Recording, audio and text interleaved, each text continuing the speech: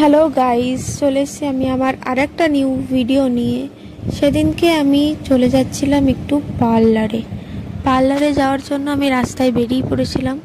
তো হাঁটতে হাঁটতে আমি ভাবলাম ক্যাব বুক করি।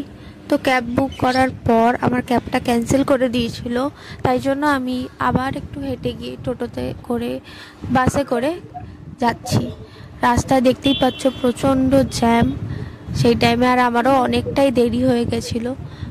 তো তাই জন্য আমি রাস্তা দিয়ে যাচ্ছি। তো অনেকটাই সময় যেহেতু লেগেছিল, তাই জন্য আমি বিশেষ কিছু পার্লারে গিয়ে করতে পারিনি।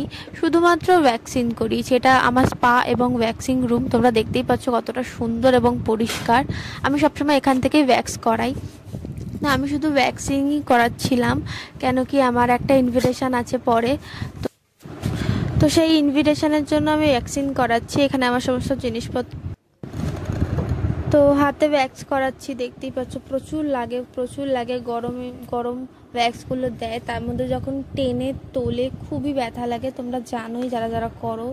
তো আমি ভ্যাক্স ছাড়া কিছু করাই না। এতক্ষণে আমার হয়ে গেছে ভ্যাকসিন। আমি বসে আছি, আমি জামা কাপড় পরে বসে ভাবলাম একটা ভিডিও নিই।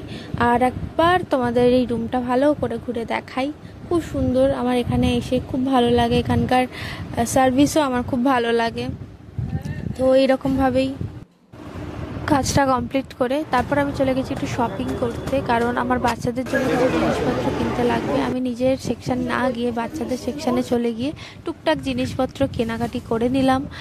আর অনেকটা আমার লেট হয়ে গেছে। এই ডলসগুলো দেখো কি সুন্দর না।